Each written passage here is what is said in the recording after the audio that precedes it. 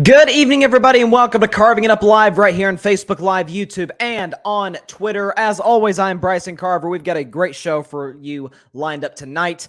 Some NBA talk. Going to talk about the Ime Udoka story in the second segment. A lot to discuss in that regard. Also, he keeps stirring the pot, and he won't stop. I didn't mean for that to rhyme. Jerry Jones will not stop attacking my man Dak Prescott, especially to do it in favor of one Cooper Rush. This is the second straight day I've had to talk about this. I'm starting to get a little tired of it. I'll talk about that in the third segment. Also, my favorite basketball player in the world, to me, the best player in the world. I'm not a little biased. Okay, I'm just a litle biased. Wardell Stephen Curry II was ranked by ESPN, not the best player or the second best player, the third or the fourth. He was ranked the fifth best player in the NBA by ESPN. I'll discuss that in my fourth segment. And of course, at the end of the show, it is what I pride myself on during the football season every week, and that is my weekly predictions. I'm 1-0 this week. I feel good. I picked Cleveland last night. Didn't think they'd cover the spread, but hey, we don't count it based on whether I got it right in terms of, what the line was and whatnot. Did I predict the winner correctly? And I did. I'm 1-0. I feel great about my picks this week. That is outside of Bryson's Bleak bets, which I'll discuss that, as well as upset of the week. We've got what else we have? If I were a Bettin Man, lot to discuss today. And of course, John had to point out right off the bat. He says, "Let's go Yankees." Of course, he had to do that. By the way, couple things before we even start any business, because there's so much going on in sports right now, and we appreciate everybody tuning in as always. So now that John brought it up, it's actually a pretty good time to bring it up. Because Aaron Judge, not going to do like a whole segment of this, but I did want to mention it. 60 homers, 61 would tie Roger Maris for the American League record, not just the Yankees record, folks, but the American League single season record. I think the Yankees have 13 games left. So, again, to quote the segment, which you will hear, later in the show when I do my predictions. We're a betting man. For a betting man, I bet Aaron Judge is probably going to hit 62 homers or more.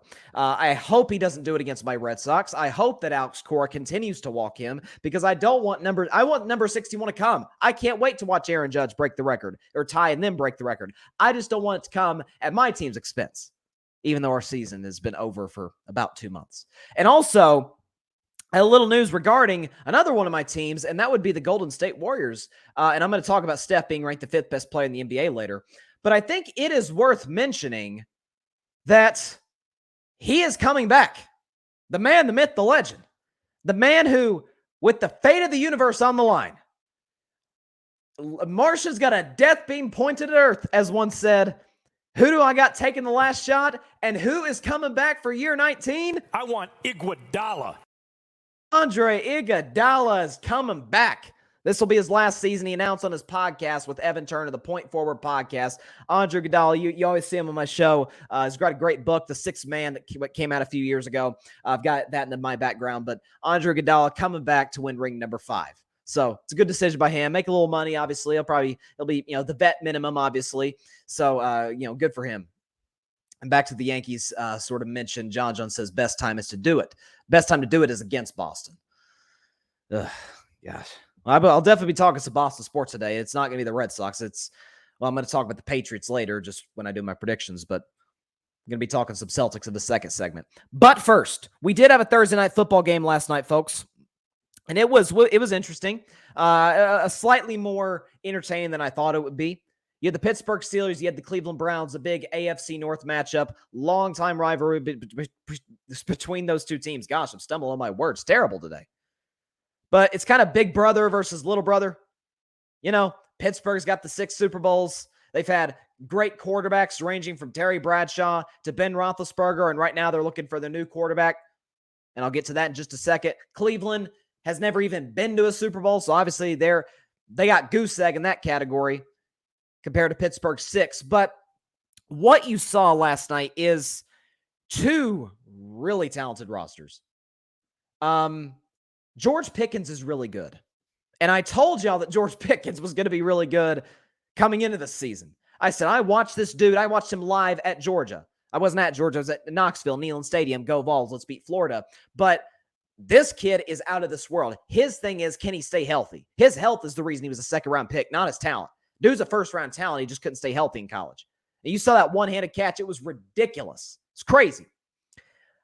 You see the talent for Pittsburgh. Even without TJ Watt, that defense had its moments, right? Even offensively, you've got guys like Deontay Johnson and Chase Claypool. That Freiermuth kid, the tight end, I really like. Najee Harris. But as I always say, if you don't have that guy at quarterback, if you don't have the guy who, as I always say, can take you there with the talent that you already have, yeah, it doesn't mean anything. I'm not discounting Pittsburgh possibly making the playoffs or not. TJ Watt will come back in 5 weeks, hopefully. Hopefully he'll be 100% himself. If he is, he's one of the 3 best defensive players in football. Might be in the conversation to be the best. But Mitch Trubisky is their quarterback. And what Pittsburgh is doing is wasting really, really valuable time. And they've been doing it the last 3 years. Okay, Pittsburgh's a very well-run franchise. The Rooney family, great. Mike Tomlin, great coach, never had a losing season.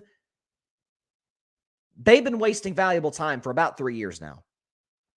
Because Big Ben's last great season was 2018. Because I think that year, if I'm not mistaken, Big Ben might have led the league in passing that year. He had over 5,000 yards. He was great. He had AB, he had Juju Smith-Schuster, and all these weapons. And they were, he was great. Then 2 games into 2019, he had the elbow injury. And so it was a carousel quarterbacks that year. You had Mason Rudolph and Duck Hodges starting at quarterback. I mean, it was kind of a mess. It was a big mess for the Pittsburgh Steelers. After that 2019 season, that organization should have committed and said, we need to go find Big Ben's successor. But they didn't. And they started 2020 11-0. We're like, listen, Big Ben's back, right? Maybe he'll be here another few years. We don't need a backup plan. Yeah, you do. Because at the end of that season, Ben started to show his age. They lost 4 of their last 5 games down the stretch. And they lost badly in the wild card game against these same Cleveland Browns, who many of those players were on that field in that playoff game at what was once called Heinz Field. Last year, you really saw Big Ben's age, and he finally retired. And your backup plan is Mitch Trubisky. My thing is this, and this is why I've said since day one, I liked Kenny Pickett, didn't love him, liked Kenny Pickett out of college.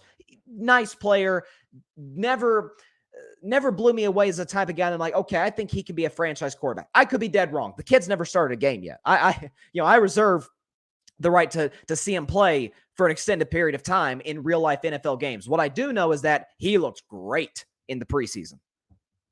What do you have to lose? Pittsburgh, you're not a Super Bowl contender. Kenny Pickett is 23 years old. He was in college for 5-6 years. I think it might have been 6 because he redshirted his freshman year, if I'm not mistaken. And then because of COVID, all of the college athletes were given another year.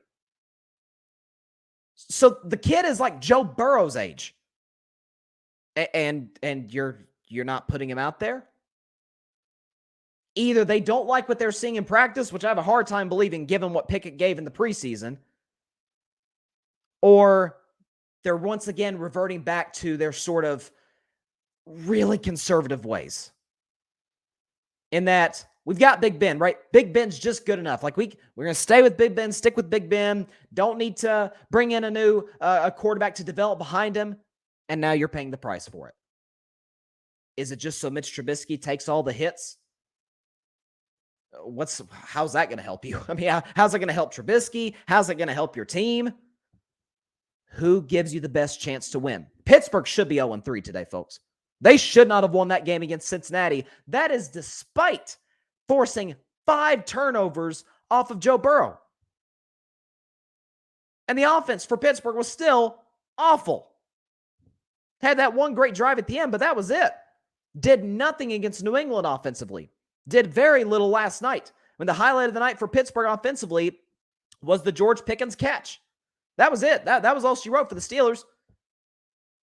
Mitch Trubisky is in that low-end starter, high-end backup group with, ironically, a guy he played last night, Jacoby Brissett, with Andy Dalton, with Teddy Bridgewater, those guys.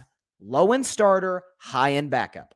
If those guys, your quarterback, that is good news for you because they can come in when, 2-3 starts, depending on how long your starting quarterback is out, but you never believe that they could be their franchise quarterback. You're not like, oh, listen, man, they could replace the starter. No, they're the perfect backup to have. Mitch Trubisky was Josh Allen's backup last year. If God forbid Josh Allen had gone down, perfect backup plan. He's kind of a poor man's Josh Allen, right? He's big, he's athletic, he can move.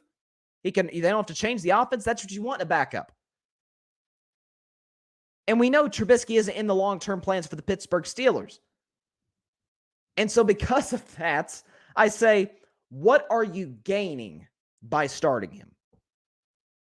So what, the offensive line is going to get exponentially better? Because if I know anything about offensive lines, I know this. They get hurt as frequently, if not more frequently, than in any other position in football. Because it's the most physically tolling. So maybe they build a little bit of cohesiveness in that unit. I have a hard time believing that because simply put, there's not a ton of talent up front for Pittsburgh. Put the kid in. Eli Manning, I heard Peyton Manning talking on another podcast about this. He was talking about what Eli told him once. Eli Manning said that he learned way more. Eli Manning was a rookie in 2004. He was the backup behind future Hall of Famer Kurt Warner. Kurt Warner started the first 10 games. Eli started the last 6. Eli said, he told Peyton Manning, Peyton said this in a podcast, that he learned so much more from the 6 games that he played as opposed to the 10 games he sat on the bench. There's only so much you can learn from practice and from watching on the sideline. There's only so far you can go. At some point, you got to get out there on the field. Sometimes you do have to take the hits, as brutal as it could be. Now, you don't want to get guys hurt out there. Don't do what the Bengals are doing with Joe Burrow or what the Colts did with Andrew Luck. Build that offensive line in the offseason, but let's see what he's got. Get something out of this season. Even the bad teams, Atlanta sees the talent that they have. Seattle sees the talent they have. Move forward, see what we do next year in regards to the draft, in regards to free agency, and find our new franchise quarterback. Because we know we're going to be bad this year. We're going to have top 5 picks. They have a plan. What is Pittsburgh's plan? What is it? Is it just to make the playoffs as the 7th seed and get smoked by Kansas City or Buffalo? Is that the goal? Because that seems like kind of a waste of a season, just like last year and the year before that. To me, what is your plan? Where are you trying to get? And it's disappointing coming from an organization that we've always revered. The standard in Pittsburgh is championships. They're tied with New England for the most Super Bowls. They had really the first dynasty in the Super Bowl era in the 1970s with Terry Bradshaw, all those weapons, Lynn Swann and Franco Harris and the steel curtain on defense. Those Pittsburgh teams had tons of Hall of Famers. And the Hall of Fame head coach Chuck Noll. What is the plan? Start Kenny Pickett next week, Mike Tomlin. Who do the Steelers have next week? They've got the Jets. It's a perfect game to start him. You're at home. It's a 1 o'clock window. It's not going to be a big Monday night game or Sunday night game from the whole country. A lot of pressure. No, 1 o'clock at home. You get an extended time to prepare. Put him out there against the Jets. What do you gain from Mitch Trubisky? It's not like Kenny Pickett is Trey Lance and is 21 years old and started, 15, 20 games in college. No, he started like 60 games in college in that stadium. So he's comfortable playing there. The Steelers know him very well because they're in the same practice facility as the Pitt Panthers are.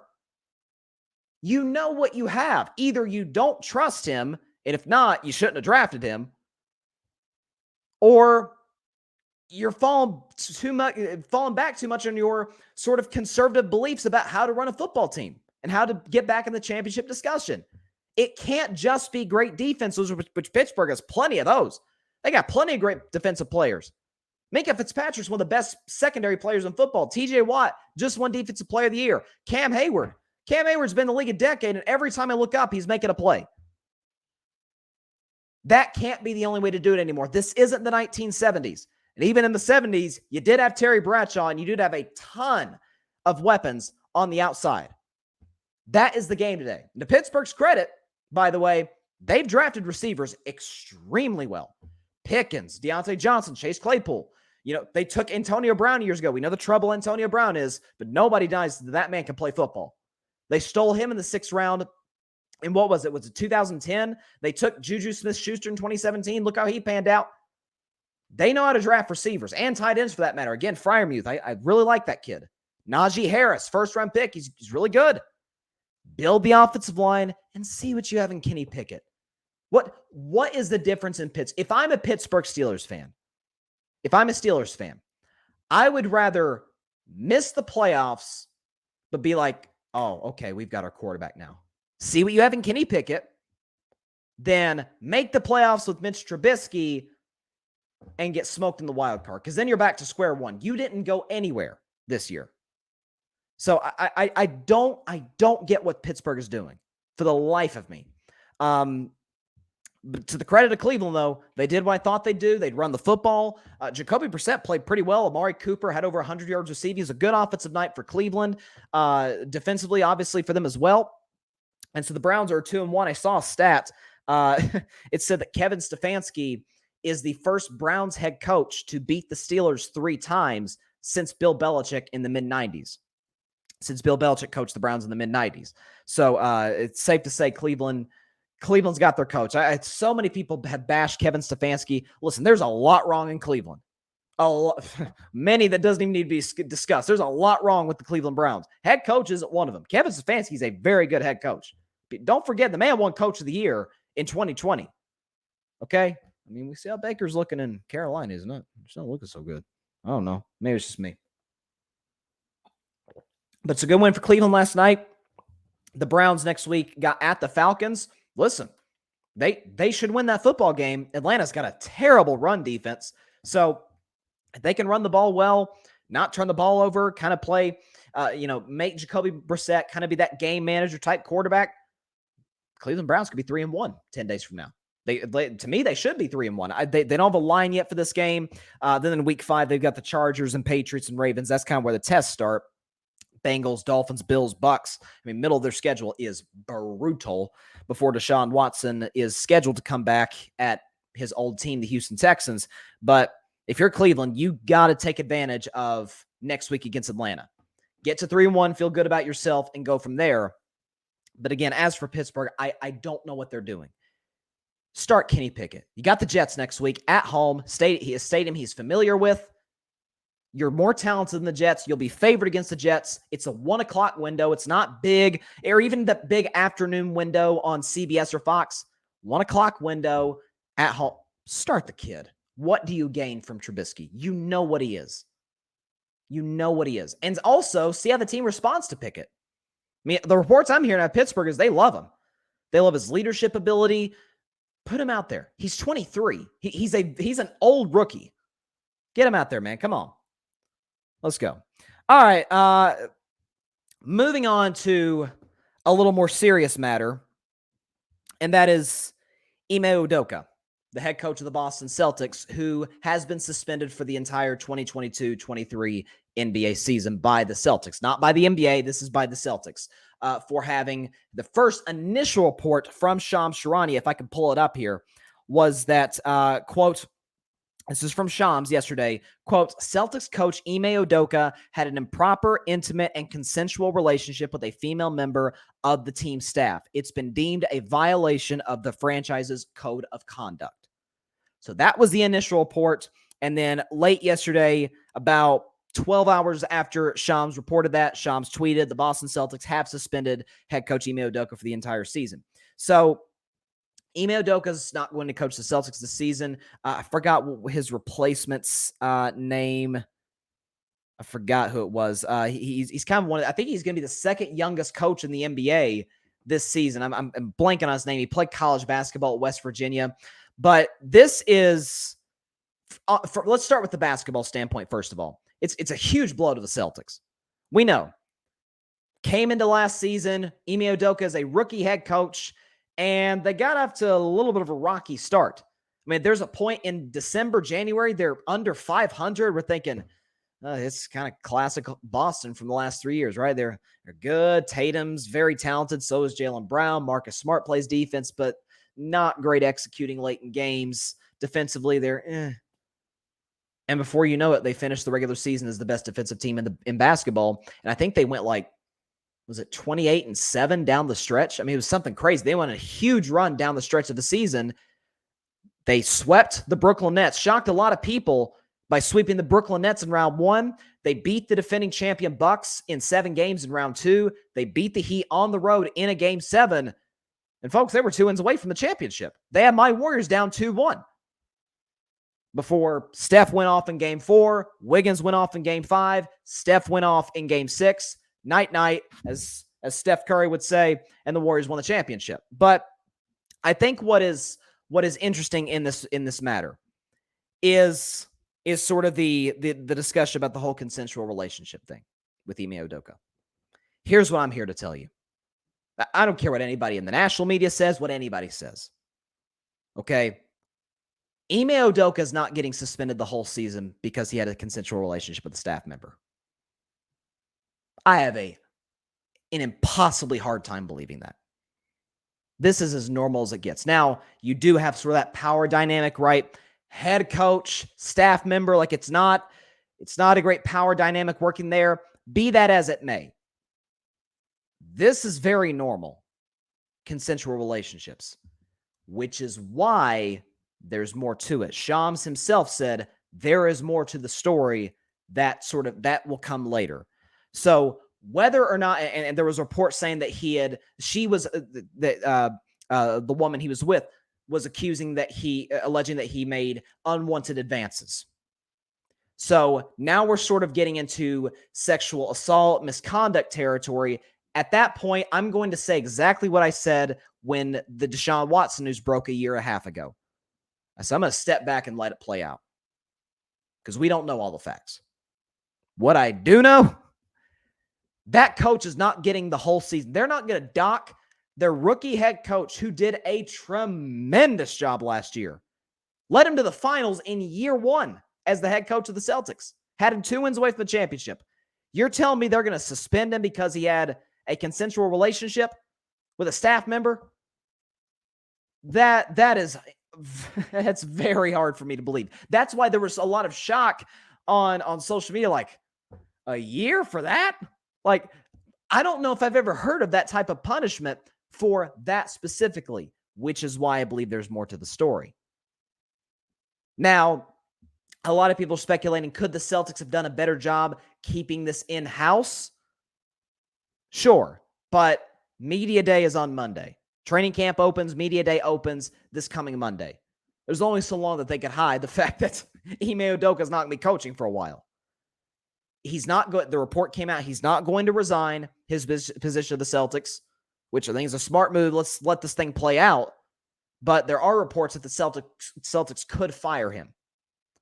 So, what does this do for Boston in terms of championship contention? Well, his assistant coach was on the staff last year. Does he, and he's going to be assuming the role of interim head coach, does he assume that sort of commanding presence that Ime Udoka had in terms of having this team ready to play defense? That's saying one thing about Boston, man. Best defensive team in the basketball. Nobody was better than them in the regular season. Marcus Smart became the first guard since the glove himself, Gary Payton, in the 90s to win Defensive Player of the Year. This team, there's not a bad defensive player on the Celtics. That's what Ime Udoka commanded of them. And you saw that, as well as the talent they had offensively, helped get them to the finals. His adjustments, especially in that big Game 4 against Milwaukee.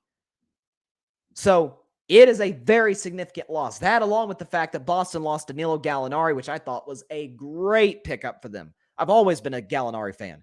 They lost him for the season with a knee tear, so he's gone. They did add Malcolm Brogdon, which I thought was a tremendous move as well. I had them in Milwaukee neck and neck to win the East. I'm going to have to put Boston a step down into the class of like Philadelphia and Miami.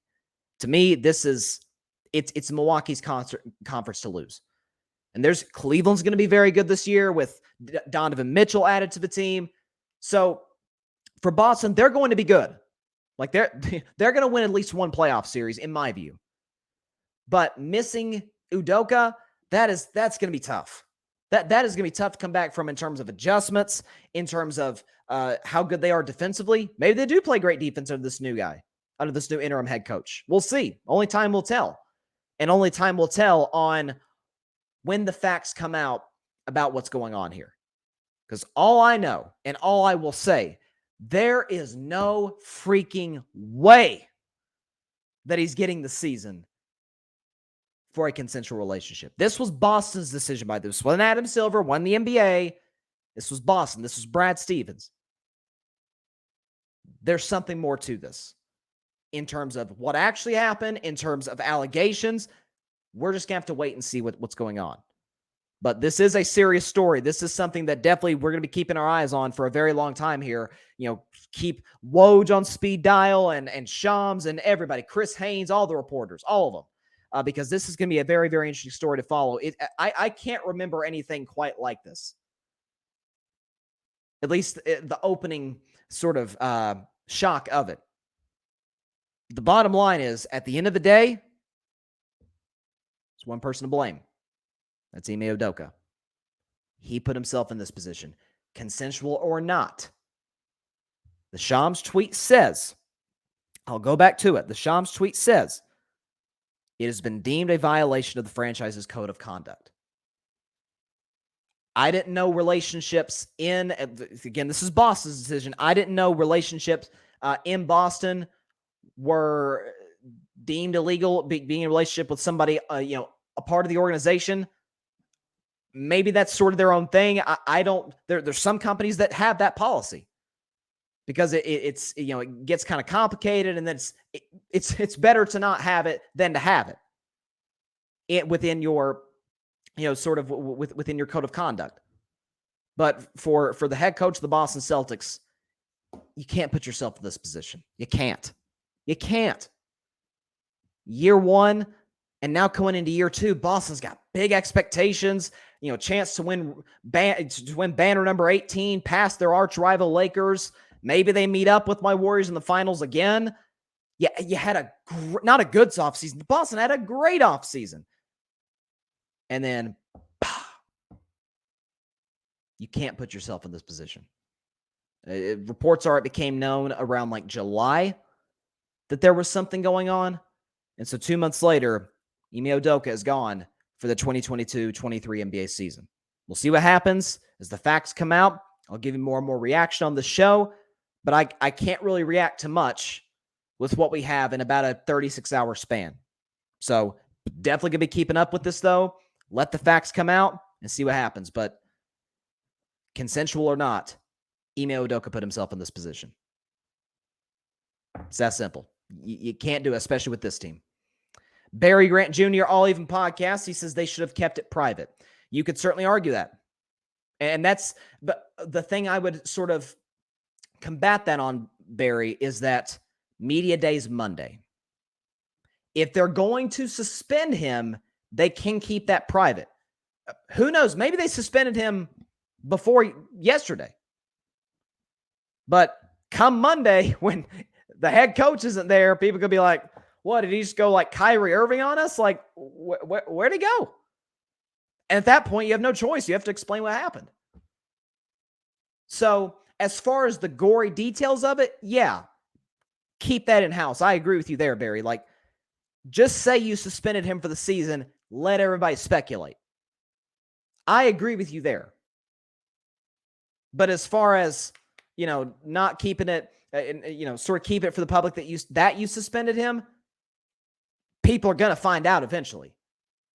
And so, again, we'll just have to see what happens as the story continues to develop.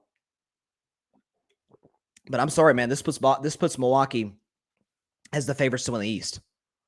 I mean, Milwaukee took Boston 7 games without their second-best player, Chris Middleton.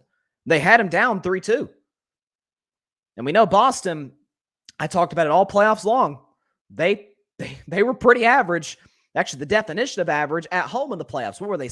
I think they finished 6-6 at home in the postseason. They were great. They didn't have much of a home court advantage, not because of their fans or anything or playing in their home arena, but they just didn't play that well at home.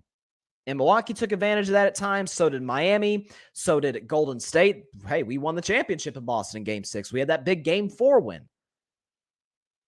But I don't know, man. It's going to be interesting to see this continues to play out for for the Celtics. But shifting now back to the NFL, I should say, not to the NFL, back to the NFL, because after all, it is an NFL show today. It's my Week 3 prediction. Stay tuned for that later in the show, predicting all of Sunday's NFL action. But oh boy, Jerry Jones. We need to do a segment. I was thinking about this. We need to do like a weekly segment, since Jerry Jones does weekly talk shows and radio shows. I mean, he did something during the week that I don't think I've seen Jerry do in a very long time, and that's hold an actual press conference midweek. All the Dallas reporters are there. He's answering questions. Jerry normally only does that after games, and then he does his radio appearances, or he'll be on a local TV show. No, he did an actual press conference like a player or a coach. Be that as it may, we need to do a segment, and I may actually start doing this next week, called From the Lips of Gerald Wayne Jones. I think there's a junior at the end. I think he's Gerald Wayne Jones Jr., if I'm not mistaken. I'll have to check that. But From the Lips of Gerald Wayne Jones. That we may have to do a segment about that every week, because it's always something. He's like Kyrie Irving is like Aaron Rodgers. Now those guys it's because they're weirdos, but in this case, it's because he's an egomaniac. So at the practice facility, he did a press conference, and he was asked about Cooper Rush and, about, hey, maybe is there going to be like a quarterback controversy? Would you like there to be? And Jerry Jones says, quote, "Of course I would. Of course. That means we'd have won. If he'd have come in and played as well as Prescott played, Rush played that well over the next games ahead, I'd walk to New York to get that." And they asked him, they said, so you would welcome a quarterback conference? Do you think Rush can outplay Dak? And Jerry Jones backtracked. He said, quote, "Well, I don't know that. You can't find on record where I thought Dak Prescott could do it when he stepped in and had the chance to do that, but he did it." Okay. That's the second time he's done this. It's the second time he's done this in 2 weeks. Is open that can of worms and say, hey, Cooper Rush, if he keeps winning, which he's won one game, folks. He's won one game against what has turned out to be, at least thus far in the season, an average Cincinnati team. That aside, he's saying, hey, if Cooper Rush keeps winning, hey, we may have to have a little discussion about who our quarterback is. Okay, let me give you an example. And ironically, it actually has to do with the same injury that Dak is recovering from, the thumb injury, the broken thumb. Not Jerry Jones. Drew Brees had that same injury. I don't know if it was his thumb or it was one of his fingers. He broke one of his fingers in a Week 2 game against the Los Angeles Rams. He missed 5 games. Teddy Bridgewater, again, low-end starter, high-end backup, comes in, plays pretty well.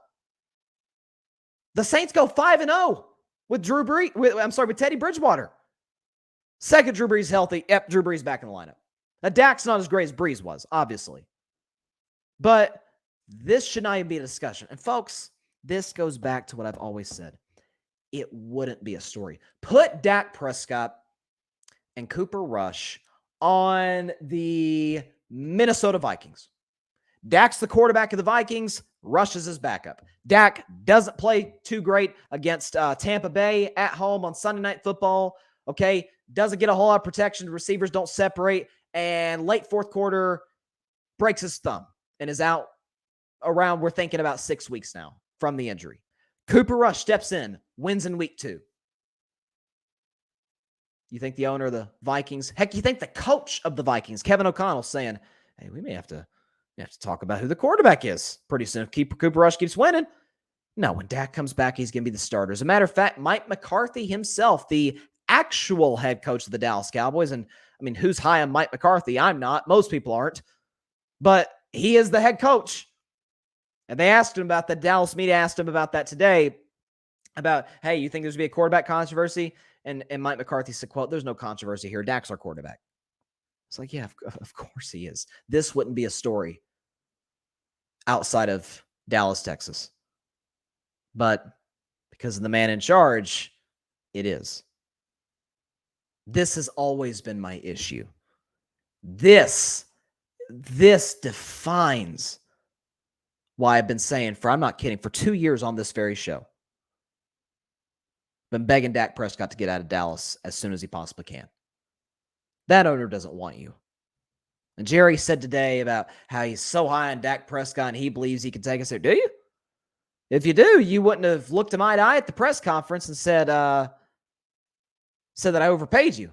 If you believed in Dak Prescott when he was on the cheap, when he wasn't even making $1 million a year as a 4th-round pick, rookie year. Everybody in Dallas, once Tony Romo comes back, says Dak's the guy. Jason Garrett, Dak's our quarterback. Guys in the Cowboys locker room, we love Dak. He's playing well. Even Stephen Jones was talking about, hey, Dak's playing really well. He's going to be our quarterback. Second Dak lost a start against the New York Giants. Here comes old Jerry Jones on all those radio shows suggesting that Tony Romo needs to come back in the lineup. That is despite Dak Prescott leading the Cowboys to 11 straight wins, which is a team record. He loses one start, doesn't play well in it. Let's replace him with Tony Romo. Jerry, I don't care what that man says. He's never been high on Dak, ever. Is it because, dare I say, and I think this is a possibility, is it because Dak doesn't kind of cozy up to him? And I love Romo, love him. I think he's one of the most underrated quarterbacks ever, and he's obviously a tremendous broadcaster. Love Tony Romo. But, Romo kind of warmed up to Jerry a little bit. And I can't say necessarily blame Tony. I mean, Jerry Jones did give him a chance as an undrafted free agent out of Eastern Illinois in 2003. Can't blame him. But Dak doesn't have that type of relationship with him. And because he doesn't sort of, if you will, kiss the ring, Jerry's never been that high on one Dak Prescott. If Cooper Rush came in, let's say he beats the Giants, and then he beats the Commanders, and then he shocks the world, upsets the Rams, and then they beat the Eagles, and then Dak Prescott's ready to go week 7 against the Detroit Lions. There's not a controversy. Dak steps back in. He's ready to go. The fact that we are even debating today, who's better, Dak Prescott or Cooper Rush? Come on, folks. This is ridiculous. So leave it to Jerry Jones once again to open the can of worms. In Jerry's eyes, all press is good press, and that is exactly why he said this. It gives him attention, gives the organization attention, and is another opportunity to take a shot at his franchise quarterback. And so, for the, third time, fourth time-ish in the last 2 months or so, or month, not 2 months, month or so. I'm going to look into this camera right now. Dak Prescott, if you are listening to this podcast or watching on YouTube, first of all, thank you. And secondly, get out of Dallas as soon as you can. That guy don't want you. He told you to his face he overpaid you. He didn't believe. I remember watching an interview Dak did with Graham Benzinger a couple of years ago. Dak said himself, he didn't think Jerry believed in him his rookie year. He said he was looking to prove him wrong. His own owner. Despite winning 11 starts, despite winning the Rookie of the Year award that year, still had to have to prove his owner wrong. Didn't have to prove his coach wrong. His coach believed in him. Garrett believed in him. Team believed in him. Most of the fan base did. But the man on top did not, and still doesn't. Again, this put Dak and Cooper Rush on any other team. And I feel bad for Cooper Rush that he's being dragged into this. I genuinely do. Obviously, I feel terrible for Dak. I feel bad for Cooper Rush because he didn't ask to be dragged into this either. Because he knows his job is, would Cooper Rush like to start? Of course Cooper Rush would like to start. Of course he would. He's an athlete. He wants to play. But he knows his job is to come in, run the offense, try not to turn the ball over, rely on the run game, work off the play action, third and short situations, man the ship until the captain gets back. That is his job. That's why they say most important position on a football team's quarterback, second most position on a football team is backup quarterback. Because if your guy stinks, if your backup stinks, you're screwed. Cooper Rush doesn't stink. He's a good backup quarterback. And that is his role. But there's only one man in the NFL that would make this a story. And he did. Not shocked at all. So let's see. Continue to sort of look through what's going on. By the way, the Cowboys are 1-point underdogs against the New York Giants. That I still haven't predicted that game yet. Obviously, I'm predicting Sunday's games in week 3, which I always do on Fridays. I have yet to decide who I'm picking to win this game, because to me it feels like it's what right now what the two teams are good at and what they're bad at seems to be the same. Cooper Rush, Daniel Jones. Listen, man, Daniel Jones is probably better, but it's not by much. Daniel Jones at this point, I think he's a backup quarterback. I'm not even sure he's in that low-end starter, high-end backup group. I would take Mitchell Trubisky, and I would just finish bashing him in the first segment, but I would take him over Daniel Jones. At least Mitch Trubisky led a team to the playoffs twice, by the way. Daniel Jones hasn't even come close to that. He's never even had a winning record in the NFL. So we got Daniel Jones versus Cooper Rush in a very intriguing quarterback matchup. It's like Allen Mahomes part 2, right? You got two average offensive lines. Dallas is below average due to their injuries. Saquon Barkley is unbelievable. Ezekiel Elliott has looked really good. And when he's tired, okay, you put Tony Pollard in. Both receiving units are not great. Kenny Galladay's complaining about targets. CeeDee Lamb is struggling to catch the football. Dalton Schultz is out. Both defenses are very talented. Obviously, Dallas is the best defensive player in the field with Micah Parsons, but the Giants have some playmakers in that end. The weather, I don't think the weather's going to play a huge factor. It is just September. It'll probably be chilly in the Meadowlands, but not cold. It won't be December, up there. And the Giants, again, are 1-point favorites in that game. That's an interesting one. That's an interesting one to keep your eye on without a question. But something else to keep your eye on is the NBA. I'm sorry, not the NBA. ESPN put out their NBA player rankings. They have the top 100 players in the entire association. By the way, on this list, Russell Westbrook was the 98th best player in the NBA. Did anybody ever see that coming? I knew Russell's deficiencies. I think people who know basketball knew Russell's deficiencies. I didn't see him dropping to 98. Well, that's crazy. John disagrees. He says, feeling like December today, LOL, up in New York. What was it today, John? Where I'm at in Tennessee, let me tell you something, man. Last night, I was jackhammering out there, man. It was cold. And it's only September. It was probably sub 60 degrees out there. Probably wasn't that cold, especially compared to what you're probably about to tell me. But it was chilly last night. It was kind of chilly this morning here in Tennessee. But man, fall is hitting us across the eye right now. Jeez, fall's pulling a Will Smith on us. I mean, where I'm at, it was 90 degrees just the other day, and now it's like 60. What's going on? John just says it was 45 degrees at 9 a.m. Jeez. Gosh, I'm telling you, it's like God knew it was fall. So we go from, just stupid hot summer around the country. I mean, in Southern California, it's like 110 degrees. It's crazy. And then fall hits, boom.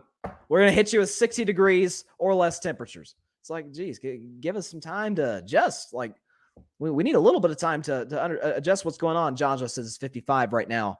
Let's see, where's it at? Where I'm at? It's okay. It's about mid 60s here, so it's definitely gotten better. But yeah, I'm telling you, man, fall's hitting us across the face. John just says definitely had a good summer. Yeah. Again, the summer was the weather was crazy, but I guess you want that in the summer. Kind of want it to be hot in the summer. You don't want it to be 65, 70. That's more like fall, spring weather. But I don't know. We'll see. If this is how quick fall hit us across the face, imagine winter. Whew. It's gonna be cold. All right. But back to what we were talking about. Who'd have thought we'd have been talking about what the weather is on September 23rd in Tennessee and New York? Listen, it's what's so fun about this show. But ESPN did their rankings, top 100 players in the NBA. And there were some interesting ones. My man, Grant Williams. Can I give a shout out to my man, Grant Williams? He made the list. He was the 100th best player in the NBA. I'm sorry, the 99th best player in the NBA. You had Kevin Love on this list. Cade Cunningham made the top 35. Kyrie Irving was 33rd, which, listen, Kyrie's got his issues, but I'd have a hard time. I'd have a very hard time naming the 32 better players than Kyrie Irving. He's got his issues. And Lord knows, I've never been a Kyrie fan, and the dude is never available. But when he is available, yeah, there are not 32 players better than Kyrie Irving. I'm sorry. And as the list continues to move, if you look at the start of the top 10, so the start of the top 10, Devin Booker made the top 10, which Booker's always been underrated. He's not a top 10 player. Because if you're a top 10 player, to me, that people are saying you can be the best player in a championship winning team. I don't know about that. I thought Devin Booker should have been in the top 5 for the MVP last year. But 10th, I don't know about that. They went down to number 9, John Morant. I don't have any problems with that. They had Kevin Durant 8th. Again, I have a hard time saying that there are 7 players currently playing basketball that are better than Kevin Durant. He got swept. I get that. 8th. Move up the list. They had Tatum above KD, which, you know me, I defend Jason Tatum more than most. Jason Tatum is not a better basketball player than Kevin Durant. That's not even debatable. They had LeBron at 6th. LeBron James, as the kid said. LeBron James is 6th. Let me once again say, I have a hard time believing Bron's not the best player in the NBA anymore. 5 players better than him? I've got him 3rd. I've got him 3rd behind Steph and Giannis. Steph and Giannis aside, Bron's best player in the world still. Like, put him at 6 to me is nutso. Nutso. And John puts it perfectly. He says clickbait. It is. It's clickbait. And the clickbait continues. So here's their top 5. I'm going to go 1 to 5. Okay, 1 to 5. Giannis, they had at number 1. Listen, I think Steph's the best player in the world. If you want to put Giannis number 1, I've always said this. If you're going to put Giannis number 1, you're not going to get an argument out of me. Because to me, it is a toss-up between those two. It's Steph and Giannis with LeBron sort of as a wild card. They had Nikola Jokic in 2nd. They had Nikola Jokic as the 2nd. So basically they're saying if Giannis Antetokounmpo did not play basketball, then Nikola Jokic would be the best player, the best basketball player in the whole wide world. Now, I've been deemed a Jokic hater because I didn't think he deserved either of his MVPs, despite the fact I think he is great. He is the best all-around big man we have ever seen since the great Wilt Chamberlain. He is a great player.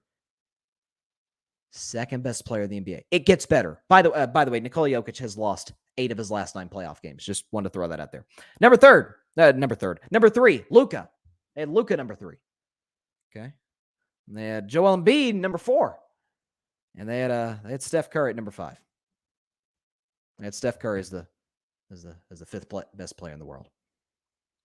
If you want to debate Steph Giannis, I don't even know if I want to join that debate just because I love both those guys. And to me, if they want to share the best player in the world, okay, fine. But to me, there's got to be one or the other. Let's put Giannis aside for the moment because I love Giannis. Let's start with number 4. Let's go up. So they're saying Joel Embiid's better than Steph. Okay.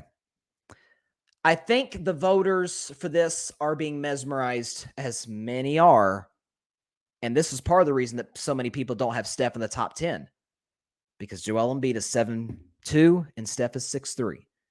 You see the physical dominance of Embiid. You see the wingspan. You see the size. You see the incredible strength, the footwork down low. You see his defensive presence. You see the fact that he can shoot the occasional 3. I mean, I love Embiid. Love him. Joel Embiid has never played a single minute of an NBA conference finals game. He's never been in the conference finals. In the East. In the Eastern Conference, he's never made it. So, there's that. He's never been in the conference finals. And hasn't been all that great in the playoffs. Let's be real. That's, to me, is a hidden story. And I love Embiid, but the media seems to kind of bury that under the carpet. Joel Embiid's last great playoff moment was what? Name it. When's the last great? Oh, I remember where I was when I watched that game for Joel Embiid. You say, well, he's young. I don't know. Since he, his first 2 years in the NBA, he was hurt, so we're giving him the excuse there. He played his first NBA game in 2016, so that's 6 years in now. Like he's nearing 30. He's like right in the middle of his prime now. This is the best that we're going to see from Joel Embiid for the next 3-4 years. He has yet to play in a conference finals game. Luka Doncic third. Now the beauty of this is that Steph and Luka actually played in the Western Conference Finals. They actually played one another. And the series was over before it could even get to a game 6. Luka's Mavericks had the Warriors down 22 points in game 2 of that series. Golden State basically won by double digits.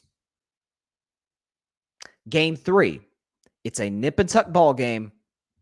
Who hit the big shots down the stretch? It was Steph, not Luka. Dallas won game 4. Game 5, it's there for the taking. Luka leads the Mavericks to go on this huge third quarter run. They pull it to within single digits. And he couldn't close. And I love Luka. I got Luka 4th on my list. I got him right behind LeBron. I got Luka 4th. He's a generational talent. We want to talk about all-around basketball players. Obviously, Steph's a better shooter. Steph's a better scorer than Luka.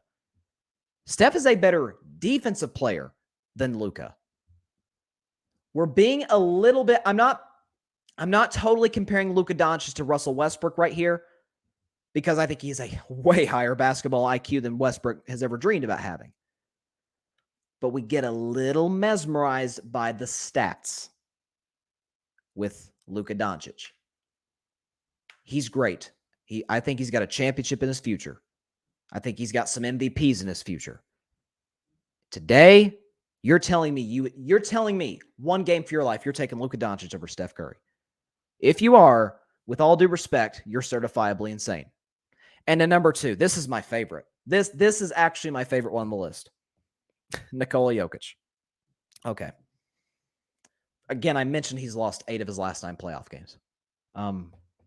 Like Steph and Luka, Steph and Nikola Jokic actually played one another in the playoffs. Steph actually happened to be coming off of an injury in that first round. And he cooked Jokic in game 2 and in game 3. They went toe-to-toe in game 4, and Steph in a nip and tuck game once again. Remember that game 5? Both of them are going off, but who put the finishing touches on? It was Steph. This is ridiculous. You're telling me a man who, against the number 1 defense in basketball, the Boston Celtics, against the defensive player of the year at his position, by the way. So Marcus Smart is guarding Steph Curry most of the time because he's a point guard. Steph's a point guard. Steph averaged 30 on 50% for the field, on 40% from 3, and on 88% from the free throw line. In game 4, literally put the Warriors on his back to win that game. In game 6, to win the championship, drops 34. Scores double digits in the fourth quarter. You're taking Jokic over him? Okay. I guess that Wardell is going to have to remind some people again this year. Now, I love this because this is extra fuel for him. Because we know Steph Curry, he dubbed himself the Petty King. I mean, even remember all the fans in Boston, you had that little blackboard outside of that coffee shop in Boston that said Aisha Curry can't cook. And after game 5 of the finals, Steph Curry wore a shirt that said Aisha Curry can cook. He's petty. He's a petty individual. Trust me. He's seen this. You're going to put more fire in that man, in the baddest man in the whole wide world? Okay. All right. He's probably going to face Nikola Jokic again. He may face Luka again. He could face Embiid if he could get to a conference finals. I'm just saying. You're telling me there's 4 better players than that guy you just saw in the finals. Okay. Let's see. John believes that if Kawhi didn't hit the shot in 2019, that they, talking about the 76ers, win the championship that year. I think they would have won that game 7. I think because if Kawhi had missed that shot, the game would have went to overtime. I think Philadelphia would have won that game 7. I'm not so sure they get past Milwaukee. What people forget, I'm telling you, man, basketball, I'm telling you, it is a game. It's almost like the NFL. It's a game of inches. It is a game of what ifs. People forget in that series, that Eastern Conference Finals, Milwaukee mopped the floor with the Raptors in the first 2 games. Game 3 in Toronto, it went to double overtime. So Milwaukee makes one more shot in that game 3 in overtime. They win that game. They go up 3-0. The series is over, and Milwaukee goes to the finals. And we know whoever was coming out the East was playing a beat-up Golden State team. So good chance whoever's coming out the East going to win the championship. But I don't see Philadelphia getting past them. And basketball's a game of matchups too. Philadelphia was a big team. Milwaukee's bigger. Philadelphia could shoot the 3. Milwaukee could shoot it better. Philly had a good point guard, Ben Simmons. In my view, in terms of a pure point guard, Milwaukee had a better one in Malcolm Brogdon. And we know late games, clutch shot makers, who is that guy for Philly? It was Jimmy Butler. The problem is they didn't really get Jimmy Butler the ball a whole lot.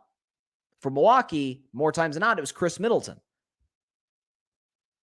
They were better defensively than the Bucks. I'm sorry, than the Sixers. I think Milwaukee would have won that series against Philadelphia if Kawhi didn't make that iconic shot. Let's see. I can't see that emoji. Let's see. Let me zoom that in.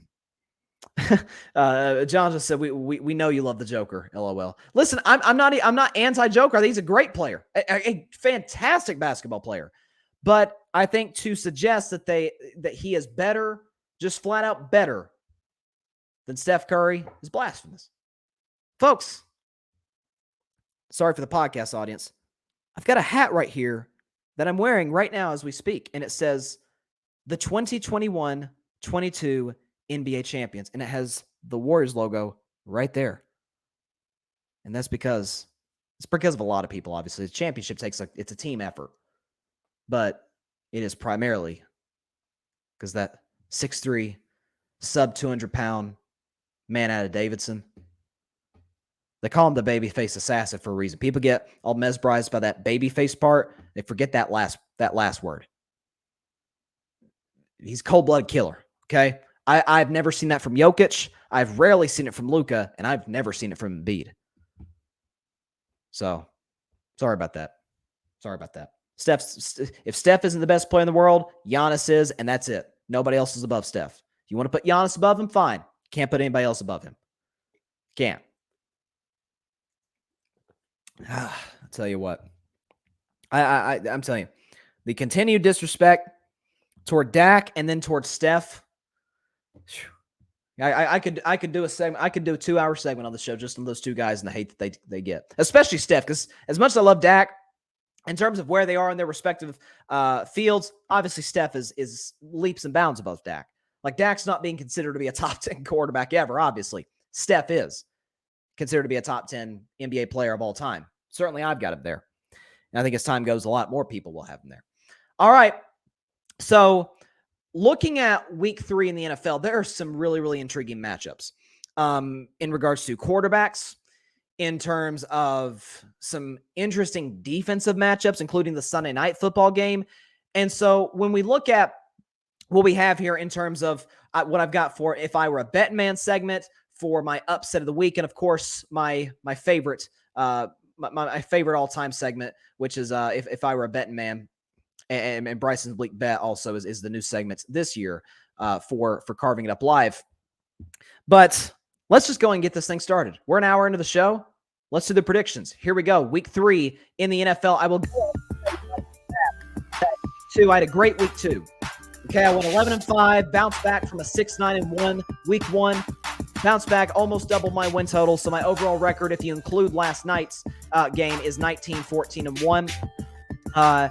Let's see, actually, it might be 18-14-1. I may have to check that. Anyways, point is, I got a winning record. Unlike last week, I'll take it. So let's start with the first game. You got the Houston Texans taking on the Chicago Bears. The Bears, a rare game for the Bears in which they are the favorites in this game. Played well against the Niners in week 1. Had their moments against the Green Bay Packers. People forget that could have been a one-score game midway through the fourth quarter if Matt Eberflus doesn't lose his mind and run a quarterback draw from the 1-inch line rather than just running a sneak right over the top. Why are you in shotgun? It's the Bears. That's why they're in shotgun. But they're favoring this game -2.5. Houston again comes in at 0-1-1. They had that tie against the Colts in week 1. What's interesting in this game is Houston hung with Denver for a long time. Problem is, offensive line could not protect Davis Mills. Receivers couldn't really separate whatsoever, and Denver's defense gave them all kinds of problems. Chicago's defense, despite losing Khalil Mack, despite losing some other guys in the secondary, they have a lot of young players in that group. They have some playmakers. We know about Roquan Smith, but they've got, what's his name? Robert Quinn rushing the passer. And that is a Texans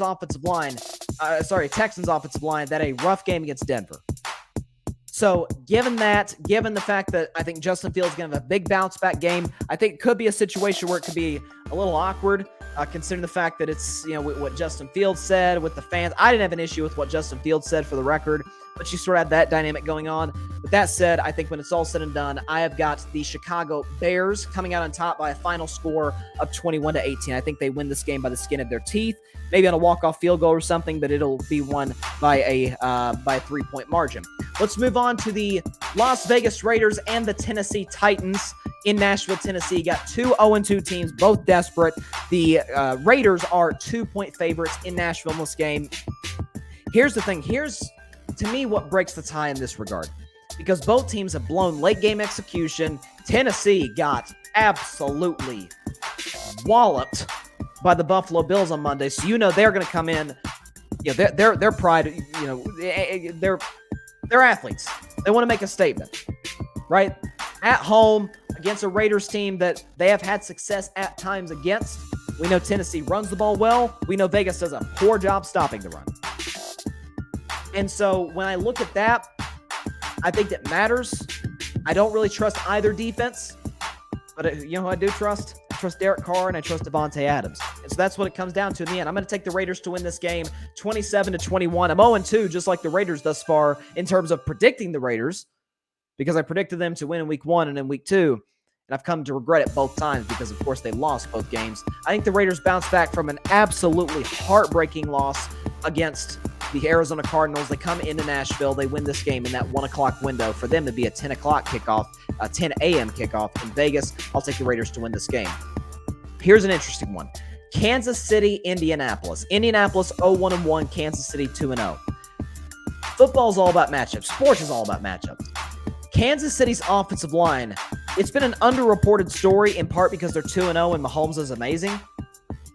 Their offensive line hasn't played very well. As a matter of fact, heard this stat? Patrick Mahomes has been pressured as many times as Joe Burrow has been this season. And I went on a big rant on Monday's show about how bad Burrow's offensive line was and how poor of a job that the Bengals have done to help him. Kansas City's hasn't been a whole lot better. In some areas, it's been worse. Despite the success of Creed Humphrey a year ago and my man Trey Smith out of Tennessee a year ago. So, given the Colts' really good defensive line, this could be closer than anticipated. In this game, by the way, Kansas City is a 5.5-point road favorite. To me, I'm just going to tell you outright, take the Colts plus 5.5.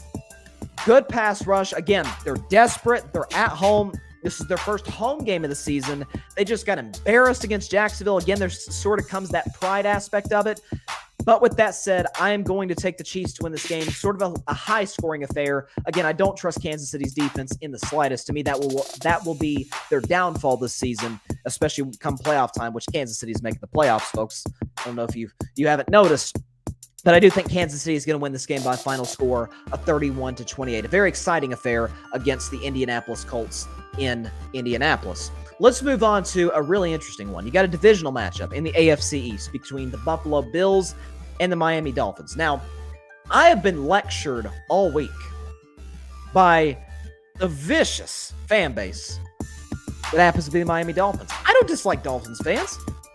I don't really like Cleveland fans that much or Philadelphia fans that much. I like Miami fans. Miami's a great city. Great people over there. For whatever reason, Dolphins fans seem to have a real problem with me criticizing their quarterback, despite him throwing 6 touchdown passes, mostly to wide open receivers.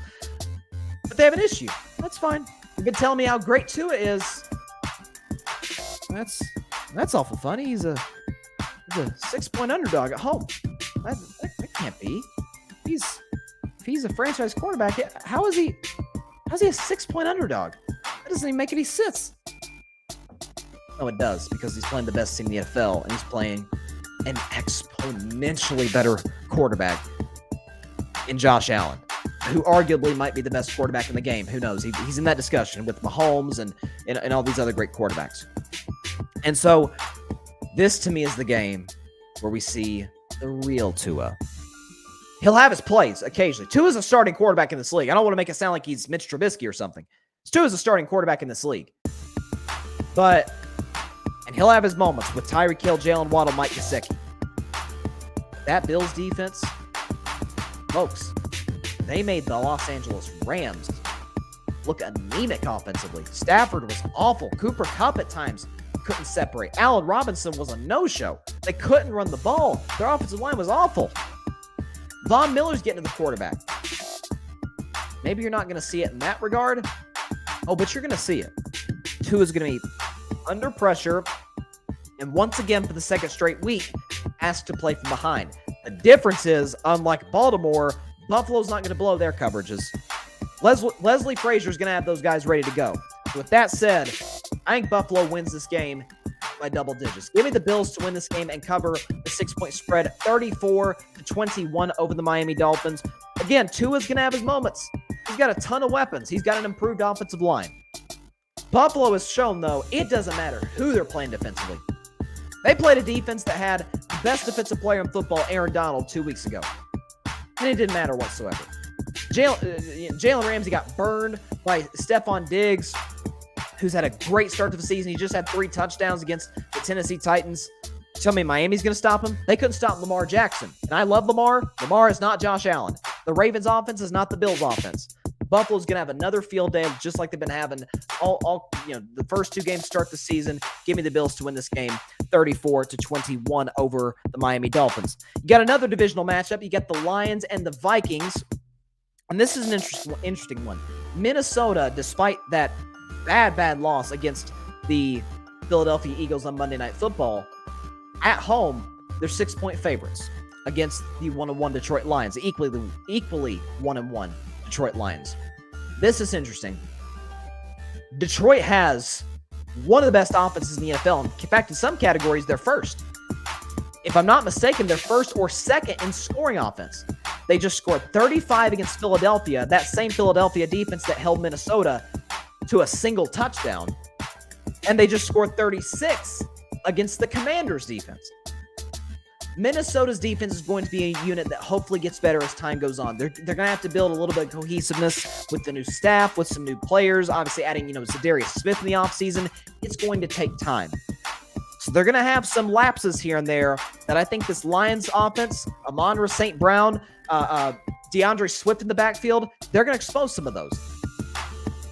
So I'm going Detroit +6. I almost had this as my if I were a Bettin Man game. I decided against it. Outright, I'm going to take the Vikings, but I think it comes down to the wire. To the wire. Again, Detroit is like Jacksonville. I think Detroit is going to win 6 games, and a lot of their losses are going to be by the skin of their teeth. This will be one of them. Minnesota won by a game-winning field goal last year against Detroit. I think there's a chance they do it again. I got them winning by 31-30 over the Detroit Lions. It's time now for our new segment, Bryson's Bleak Bet. It is the bet that I have no confidence in whatsoever.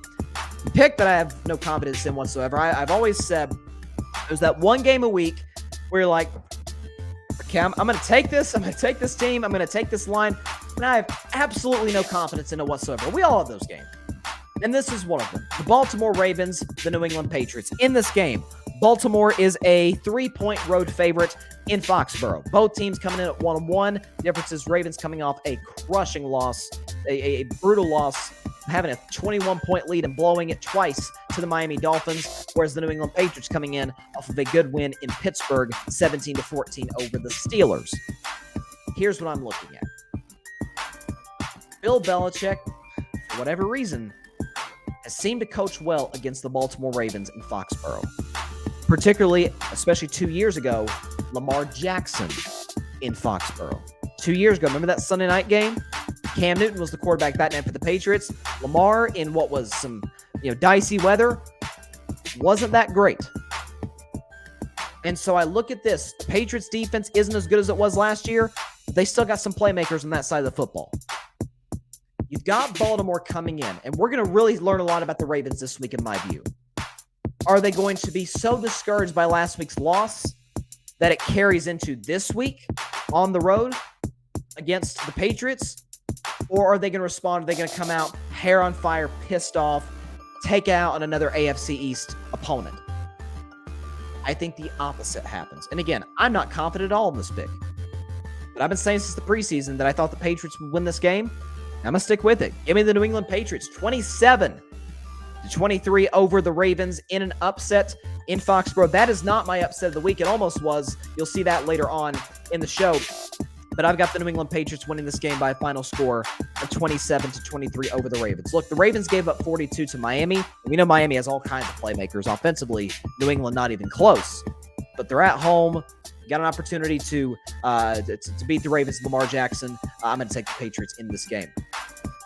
The next game is a get-right game for the road team. You got the Cincinnati Bengals coming into the Meadowlands to play the New York Jets. So it's a get-right game for the Bengals. Coming in at 0-2, here's what we know.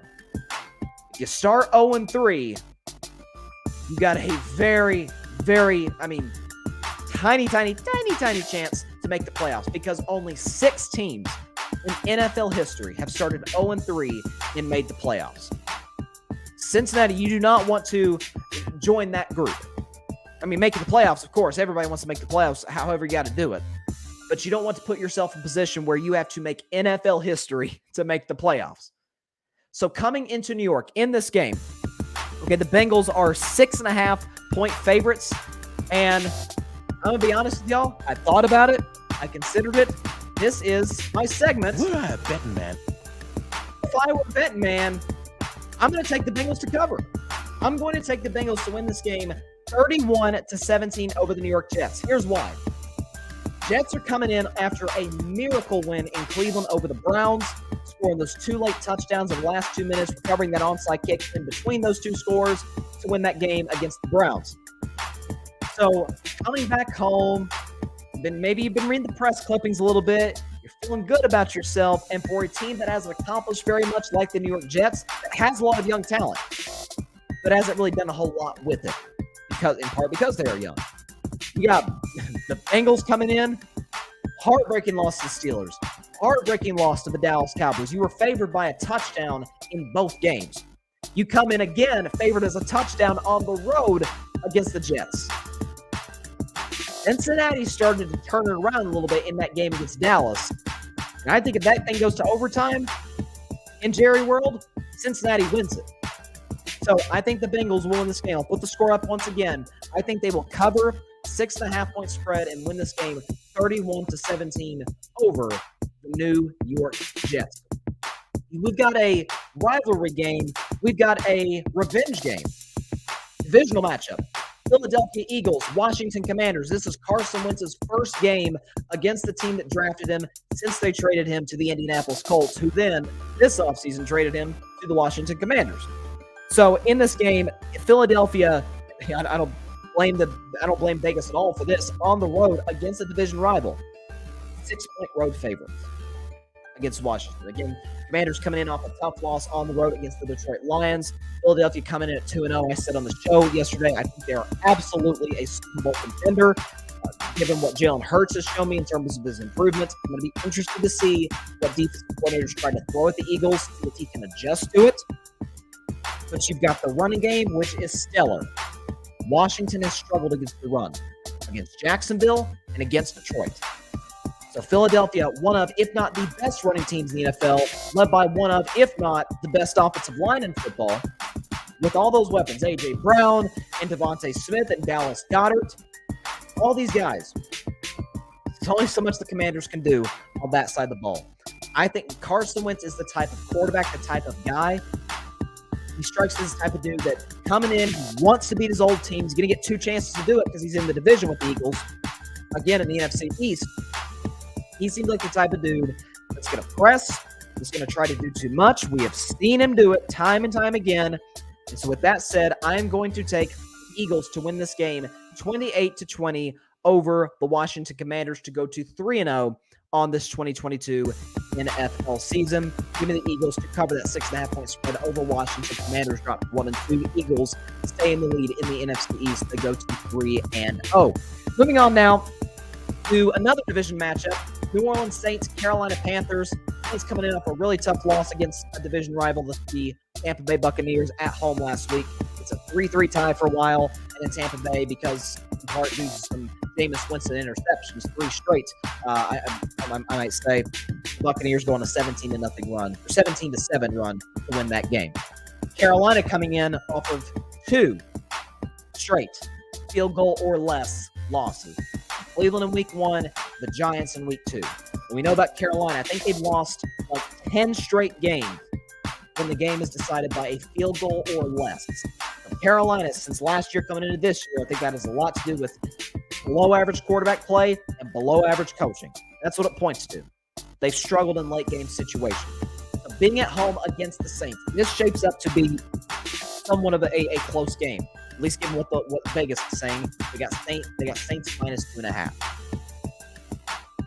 The Saints seem like the type of team to me. A lot of veterans, a lot of young guys. This seems like the type of game on the road. You sort of have a backs against the wall type of feel to it, where you feel like you should be 2-0. You could be 0-2 if you don't make that big comeback against the Atlanta Falcons in week 1. So the Saints have been living on the edge a little bit. This to me feels like their statement game. I think they go on the road, make a statement against the Carolina Panthers. Baker Mayfield, Tom Brady has struggled mightily against that Saints defense. I think they're going to make Baker Mayfield look like, well, what he is. A very average quarterback on a good day. Saints win this game 26-13 over the Carolina Panthers. It is time now for my upset of the week. Put it on the board. Give me the Jacksonville Jaguars for a second straight week as my upset of the week. I'm taking them to beat the LA Chargers 28-24. The Chargers are 3.5-point favorites in this game. I think Jacksonville's going to LA, to that beautiful SoFi Stadium, and beating the Chargers. Here is why. 2 words. Justin Herbert. What? Justin Herbert's phenomenal. He's not going to be the reason they lose. Not his fault. He's hurt. He's been limited in practice. It looks like he's going to play. But we saw him at the end of that Kansas City game, folks. That dude he wasn't injured. He was flat out. He was in pain, man. Every throw, he's wincing. He's holding his rib. Heck, it got so bad that when the game was over, when he was shaking the hands of Chiefs players and coaches, he's grimacing every single time that he grips the hand of somebody else from the Kansas City Chiefs to shake their hand after the game. I mean, he's grimacing every little movement. He's holding his rib. I have a hard time believing that it will heal that drastically over time over the course of 10 days. I'm not a doctor, not going to play one on the show. And I certainly don't know how Justin Herbert is healing. What I do know is that he's been limited in practice. We don't know what he's going to be on Sunday. Jacksonville coming in riding high off a big home win. I should say another win over the Indianapolis Colts at home. They seem to do that frequently. Coming into LA, we know. I'm going to quote my man Ryan Flowers once again. The Chargers going to be the Chargers. If it's a close game, they will somehow find a way to blow it. They invent new ways to lose close games. I don't know if it's going to be a bad snap. I don't know. It's not going to be a pick six because it's not. Same thing's not going to happen 2 weeks in a row. We lost the pick six last week. It's not going to happen again this week. I don't know if it's going to be blown coverage in the last 30 seconds on a deep ball from Trevor Lawrence to Christian Kirk. I don't know. What I do know is Trevor Lawrence has looked really good the first 2 games. The Jaguars' running game has been tremendous. James Robinson, Travis Etienne. And Christian Kirk looks like he's been worth the money. We thought they might have overpaid him this offseason. No, he's been really good. And so against that Chargers defense, which had its moments against Kansas City, when it came down to it, could not get the stop when it mattered. Not even after just the pick six. Remember, Kansas City's up. They're driving down the field. Chargers really need to stop to give their offense one more chance to win the game, and they give them the field goal. So, with that said, give me the Jacksonville Jaguars. The second straight week, the The Jaguars are my upset of the week pick. They will beat the Chargers this go around, 28-24. Got a few more games to go in the afternoon window. Another West Coast matchup, another divisional matchup between the defending Super Bowl champion Los Angeles Rams taking on the Arizona Cardinals. Both teams at 1-1. In this game, the Rams are favored on the road, -3.5. Here's what I'm looking at. We know about the playoff loss in January that started the Rams' run. Wild card game. Game is over, it feels like, after the first quarter. Kyler throws an awful interception in the end zone. OBJ has a big night. Cooper Kupp catches a touchdown. Stafford's on fire. Everything that could have went right did for the Rams, and vice versa. Everything that could have went wrong did for the Arizona Cardinals. People forget last year, I think it was week 4, Arizona came into LA and mollywopped the Rams. The Rams were undefeated at the time. Cardinals came in and kicked their behinds. Monday Night Football, mid-December. Rams come into Arizona. Neither team's playing that well. When it's all said and done, the Rams pulled out in the end, and that's kind of what started the free fall that ended up being the Arizona Cardinals at the end of the 2021 season. But there's something about these emotional wins, these pull-it-out-of-the-hat wins, which Arizona had against the Raiders. Kyler was spectacular. It's been all over social media, that 2-point conversion against the Raiders. Of course, we know about the Hunter Renfrow fumble that got recovered for a touchdown to win the game. This seems like a game that could go back and forth. This seems to me like a game that Arizona could have kind of be in control in the fourth quarter. So I would go Cardinals +3.5. But when it's all said and done, never underestimate the heart of a champion. Somehow, some way, Matt Stafford, the Rams offense, I think this is Allen Robinson's come-out game. The Cardinals have a bad secondary.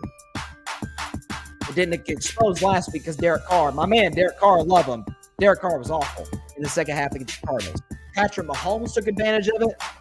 In week 1, Matthew Stafford takes advantage of it in State Farm Stadium against the Arizona Cardinals. Rams win this game. They don't cover the 3.5-point spread, but they win outright by a final score of 27-24 over the Arizona Cardinals. Let's go quickly because I don't want to spend too much time. I don't like spending a whole lot of time between two bad teams, especially as we go on. You got the Atlanta Falcons taking on the Seattle Seahawks. Two teams in line possible to get the number 1 pick in the draft. Both teams in desperate need of a quarterback and a whole lot of other great players in order to get back into playoff contention. Seattle right now is favored at -1. It's kind of gone back and forth. Nobody really trusts either team. I just kind of flipped a coin on this one because I think Atlanta has some pretty good playmakers. We know Cordero Patterson had a great year last year. He's been good this year. Seattle, DK Metcalf, we know what he can do. Tyler Lockett, the same. It's all said and done. I'm going to take the Atlanta Falcons to go on the road to Seattle and win this game 26-21 over the Seahawks. Moving on to what is, I think, the game that we are all looking at this week. We've got, possibly, sit back and enjoy the final matchup between Aaron Rodgers and Tom Brady. In this game, the Bucs are favored -1. I'm hearing a lot of people taking Green Bay for this reason. They're saying, hey, look, if Tom Brady had a healthy receiving unit, we'd take the Bucs. But you've got Godwin's out. Julio Jones is out. You got Mike Evans out due to suspension. They had to have Cole Beasley, who, by the way, I think is a pretty good pickup for him. He's kind of the slightly lesser version of Julian Edelman. Good pickup for Tom Brady and the Bucs. And it's like, Tom doesn't have a lot of guys. I don't know. Have you seen Green Bay? They're not in a whole lot better situation. I mean, you're relying on Christian Watson and Romeo Doubs. Sammy Watkins is out this week due to injury. Alan Lazard just now came back from injury. They had some pretty rough moments against the Bears where Aaron Rodgers is double clutching, doubting himself, doubting whether his receivers can separate, if he can fit that ball in. You're going to see a lot of that against a Tampa defense that is amazing. Was great against Dallas, was great against the Saints.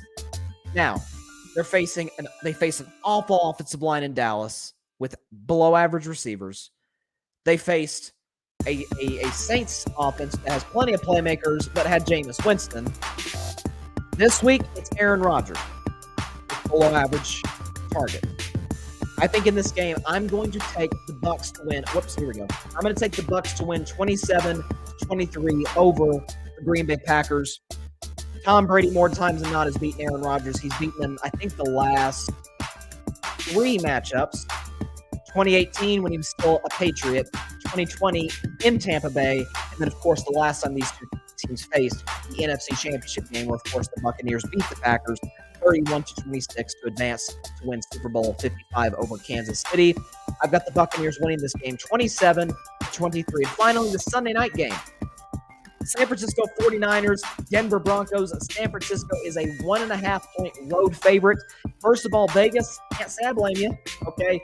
Denver's offense has looked flat out anemic the first 2 games. Against Seattle, who has a bad defense, and against Houston. We don't think they have the greatest defense ever either. Now, do we? We're going against a Niners defense with a great pass rush, excellent linebacking core, good enough secondary to get the job done.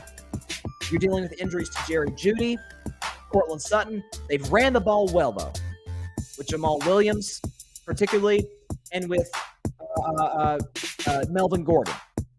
Russell seemed to struggle with his connection with the receivers. Nathaniel Hackett looks like he's the second coming of Mike McCarthy in terms of clock management. I don't know what's going on in that regard. But you got the Niners coming in with Jimmy Garoppolo. Okay? That team has flat out bought in to Jimmy G as their quarterback this season. With Trey Lance going down, we know Jimmy G has led. He's helped the Niners get to Super Bowl 54. 2 years later, last year, the NFC Championship game. This seems like the type of game to me. This feels, I know Denver's 1-1, Cincinnati's 0-2. Just like the Bengals, this feels like a little bit of a get-right game for the Denver Broncos, where you lose this one, it starts to get a little bit of doubt creeps in the building. If you look at the Broncos' schedule from here on out, it is absolutely insane. Okay, Denver from here on out, after they play 49ers at home, in which they are an underdog in, they've got to go against the Raiders, Colts, Chargers, Jets, Jaguars, Titans, Raiders, Panthers. Then they got Ravens, Chiefs, Cardinals, Rams, Chiefs again, Chargers. That schedule's no joke whatsoever. Denver knows they need this game more than San Francisco. This is the opportunity for them to take advantage of the home momentum. Sunday Night Football, first time Sunday Night Football has been in Denver, seems like in a very long time. I'm going to take the Broncos. Hesitantly, but I'm going to take the Broncos, my Super Bowl champion pick before the season. That has aged terribly well, to beat the 49ers 27-24 in the Mile High City. 27-24 Broncos. Again, Niners are favored minus 1.5. I'm going to take Denver to win 27-24. Again, if it comes down to which quarterback has to make the big play at the end of the game, which I think it will, because these are 2 evenly matched teams, you know I'm going Russell Wilson over Jimmy Garoppolo, because more times than not, Jimmy Garoppolo has struggled in these type of situations. All right, a little bit of a longer show today, but we had a lot to talk about. So, what else we got? So, my Red Sox are up 1-0 over the Yankees. Again, Aaron Judge, every time he gets an opportunity at the plate. That game's on Apple TV Plus, by the way. Aaron Judge is 0 for 1 tonight with a strikeout. He's leading off right now for the Yankees. Something else that's interesting, I talked about at the beginning of the show with Aaron Judge, something else that is incredibly impressive about him and what he's doing this season is not just the 60 home runs, which is likely going to be 61 and then a record 62. Plus, he's got a chance to win the Triple Crown. He's got a chance to win a Triple Crown this year. So hats off to Aaron Judge. He's changed his swing a lot this season. His mechanics are flawless compared to the last few seasons. It's actually his first year that he's hitting over 300. He's hitting, right, what is he, 315 right now, I think? He was as high as 318, but he's dropped down to 315 a little bit, but he still has a real shot to win the batting title. He's been absolutely fantastic this season. One last little nugget before we get out of here. I just wanted to throw this in. My Tennessee Volunteers are playing the Florida Gators tomorrow in Knoxville, Tennessee. Florida's 20th ranked. My Vols are the 11th ranked team in America and are 10.5-point favorites at home against the Gators. That game, by the way, kicks off at 3:30 Eastern on CBS. It's the big SEC game of the week on CBS. 10.5 feels like a lot, but then again, Anthony Richardson has the quarterback for Florida. He has, first of all, he's yet to throw a touchdown pass this year. And throwing the football, it has looked clunky at best. After that fantastic performance against Utah in week 1, he really struggled against Kentucky. And then last week, who was it Florida play? I think it was a team within the state of Florida. I think it was South Florida that they played last week as a big night game. He struggled in that one as well. Meanwhile, for Tennessee, my man, Hendon Hooker, has been phenomenal in his career at Tennessee. I think his numbers are like 52 touchdown passes to, I just called him Hendo Cinco, so we're going to say Dos interceptions. So he doesn't turn the ball over. He seems to have improved his deep ball from last year. This year, I was a little concerned with Hendon Hooker in that regard, but it looks like he's improved there. His connections with the receivers have been absolutely phenomenal with Cedric Tillman and Brew McCoy. Jalen Hyatt had a big game last week against Akron. That defense has surprised me a lot this year. Made the plays that they needed to down the stretch in that huge win at Pittsburgh. They're going to need to make those plays against Florida, the dual threat in Florida. So I'm going to take my Vols to win this game. What are we going to go? We're going to score over 30. Let's go. Let's go Vols 35, Florida 24. Okay, you know what? I think they cover. Anthony Richardson has a long day. Hendon Hooker has a great day. And tomorrow we will be saying it's great to be a Tennessee Vol. Let's get it. Let's beat Florida.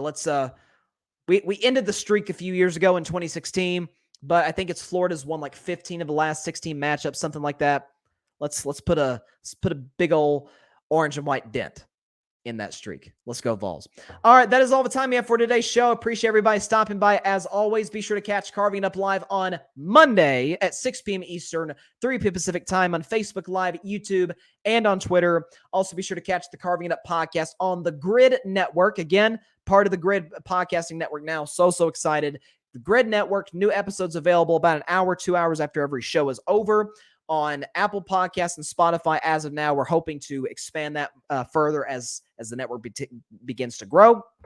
So catch the show over there if you want to listen to it. Apple Podcasts, Spotify, via the Grid Network. So be sure to catch that. Also follow me on social media. Instagram at Carving It Up Podcast. Twitter at Carving It Up Pod. Facebook, search Bryson Carver. You should see the Carving It Up logo. And also, this is my first time saying it on this show, I am on TikTok. Carving It Up Podcast, at Carving It Up Podcast on TikTok, putting some clips from the shows on there. So be sure to check that out. I saw TikTok is allowing you to post like up to 10-minute videos now, which is great because it's kind of tough to, you guys know I'm long-winded sometimes. I mean, crap, I just did an hour and a half show. It's hard to clip it in into minute and a half clips. So to be able to expand that a little bit, appreciate TikTok for doing that. It helps me a little bit. But be sure to catch me on there as well. So a weekend full of football, college football, NFL football, lots of football, Monday Night Football on Monday. You gotten tired of me saying that word yet? I have, but I don't get tired of football. I'll tell you that. I love football. All right. Have a great weekend, everybody. Continue to stay safe out there. God bless you all. Peace out. Let's go Vols. Beat Florida. Thanks so much for watching the show on YouTube. Be sure to click that big red subscribe button and go check out the other clips and full shows of Carving It Up Live. Have a blessed day.